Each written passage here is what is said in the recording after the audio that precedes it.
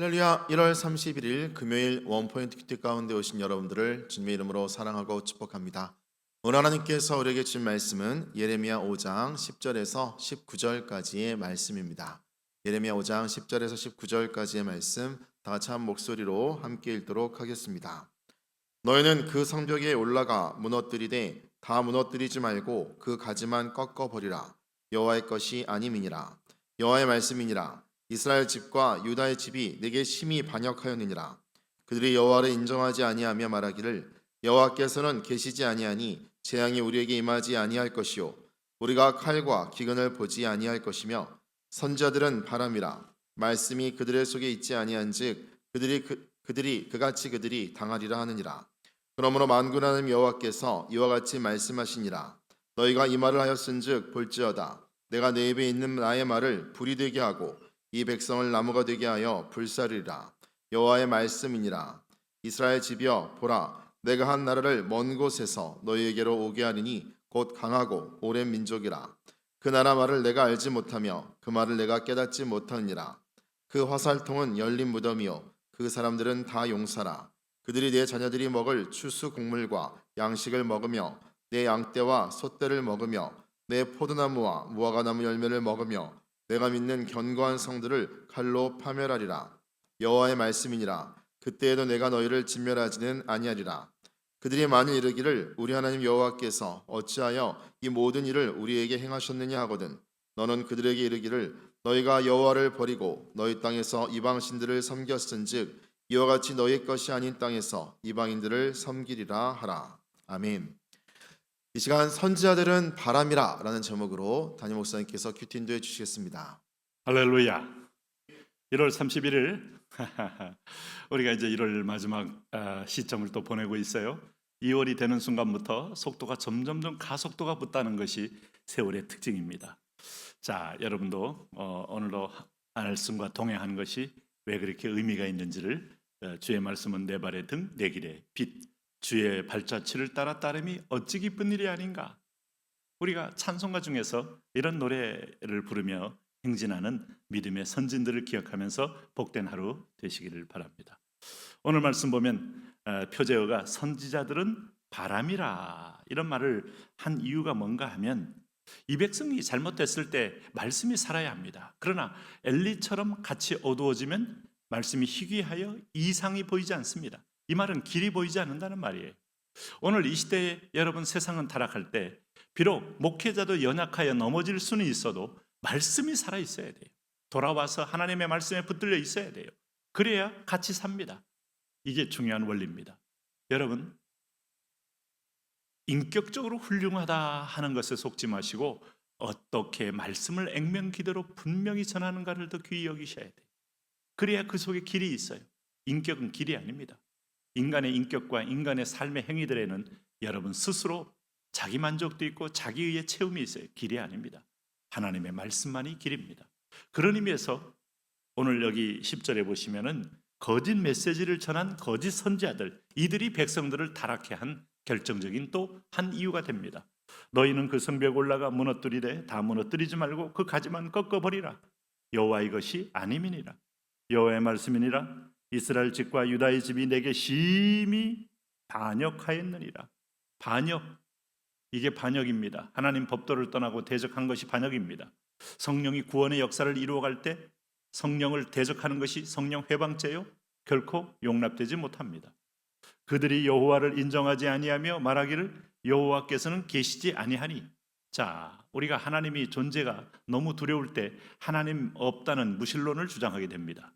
영국에서 하나님은 없다고 God is nowhere 이렇게 표현하죠. 여러분, 그러나 가만히 보시면 어떤 학생이 그걸 바꿨다잖아요. God is now here. 여기 계시다. 네. 당신이 아무리 하나님은 어느 곳에도 없다고 말할지라도 하나님은 지금 당신이 들고 있는 펜 앞에 계시고 있다는 것을 인정하지 않을 수 없죠. 여호와께서는 계시지 아니하니 있기 때문에 계시지 않는다고 존재하는 겁니다. 존재론을 논할 때 존재가 없을 때는 존재를 논할 이유가 없어요. 하나님이 계시기에 끝까지 니체도 고개를 흔들면서 없어야 된다고 하다가 미쳐버리는 거예요. 영적 기둥이요. 그분이 우리의 정신적 기둥이 되는 겁니다. 기둥을 떠나면 사람은 미치게 돼 있어요. 모든 과학이든 철학이든 모든 교양이든 하나님이라는 전제를 없애는 순간에 인생은 다 정신병에 걸리게 돼 있습니다. 재앙이 우리에게 임하지 아니할 것이요 우리가 칼과 기근을 보지 아니할 것이며. 아니 여러분, 이렇게 말한다고 해서 타조가 도망가다가 힘들면 고개를 딱 수풀에 쳐박고 아무것도 안 보인다고 해서 뒤따라오는 사냥꾼을 못 봅니까? 엉덩이에다 대고 총을 쏘도 잡아가는 거죠. 바보는 다른 데 있지 않아요. 선지자들은 바람이라 말씀이 그들의 속에 있지 아니한즉 그같이 그들이 당하리라.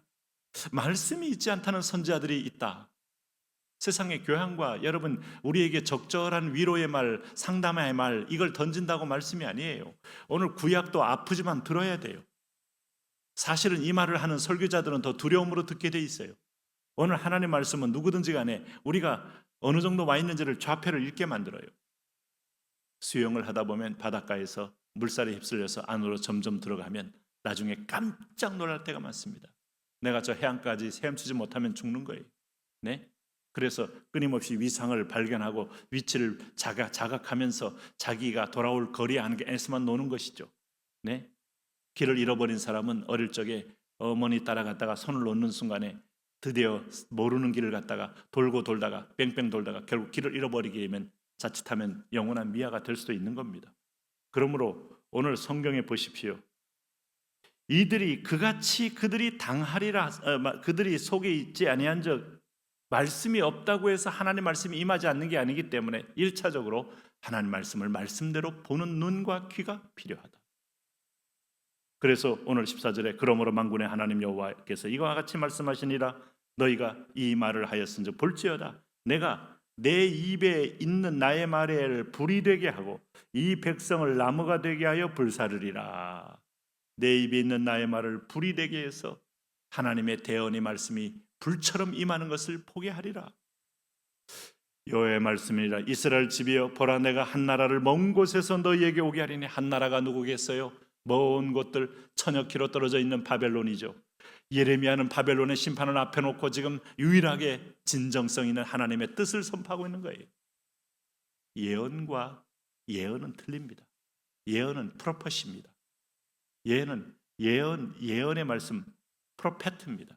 우리가 하나님이 내 인생을 남을 예언해 주는 게 아니에요. 우리는 그럴 권리가 없어요.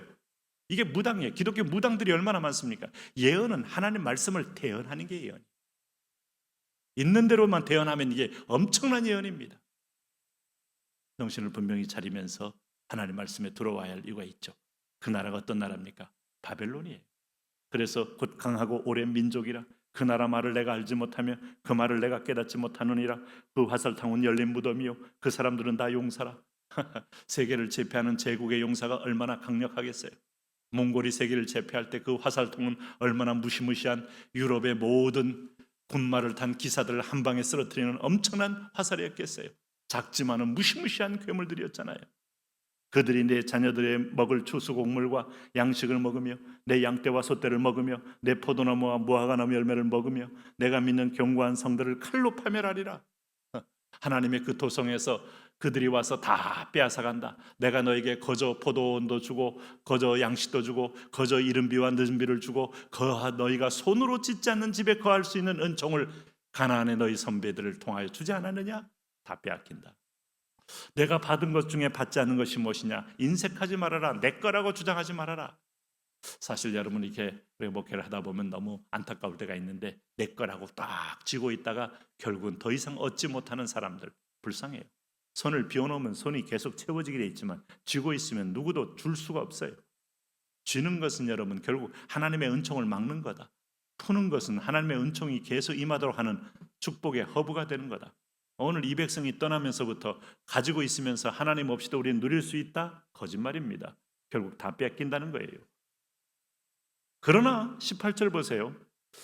그때에도 내가 너희를 진멸하지는 아니하리라. 이 말은 사실은 하나님의 징벌은 우리를 할례를 행한다는 뜻이에요. 허물을 잘라내고 죄악을 잘라내고 잘못된 걸 잘라내고 거짓된 걸 잘라내고 단순히 표면이 아니라 우리의 의식의 세계, 무의식의 세계에 있는 죄의 세력까지 잘라내므로 정금처럼 만들어 다시 그분과 함께 살게 하겠다는 거예요. 근데 하나님을 자꾸 떠나면 우리는 보이는 것, 감각이 너무 익숙해져서 마음에 두기를 싫어하니 어쩌죠? 그래서 정신을 차리고 거울을 자꾸 봐야 합니다. 거울을. 나이가 드신 분은 거울 보기도 싫어하고 사진 찍기도 싫어하더라고요. 왜? 20대의 찬연한 얼굴이 주름이 가득 패여서 보기 흉한 미라처럼 되고 있는 내 모습 보니까. 그런데 그게 인생이에요. 실제를 봐야 나도 곧 가는구나. 인생의 화려한 꽃도 화무 10일 옹이로구나. 이걸 알고 주 영혼의 새로움을 준비하죠. 사실은 거울은 필요한 겁니다. 말씀의 거울. 그들이 만일 이르기를 우리 하나님 여호와께서 어찌하여 이 모든 일을 우리에게 행하셨느냐 하거든 너는 그들에게 이르기를 너희가 여호와를 버리고 너희 땅에서 이방 신들을 섬겼은즉 이와 같이 너희 것이 아닌 땅에서 이방인들을 섬기리라. 바벨론 포로로 가서 하나님 없는 이방인 섬기는 것은 하나님 안 섬기면 죄를 섬기고 우상을 섬기고 훨씬 더 고통스럽습니다. 우리 교회에서 쓰는 말이 있습니다. 교회에서 하는 훈련 받지 않으면 연단 받는다. 진리입니다. 오늘도 하나님과 동행하시기를 바랍니다. 동행하는 승리자가 되게 하여 주옵소서. 예수님 이름으로 기도합니다.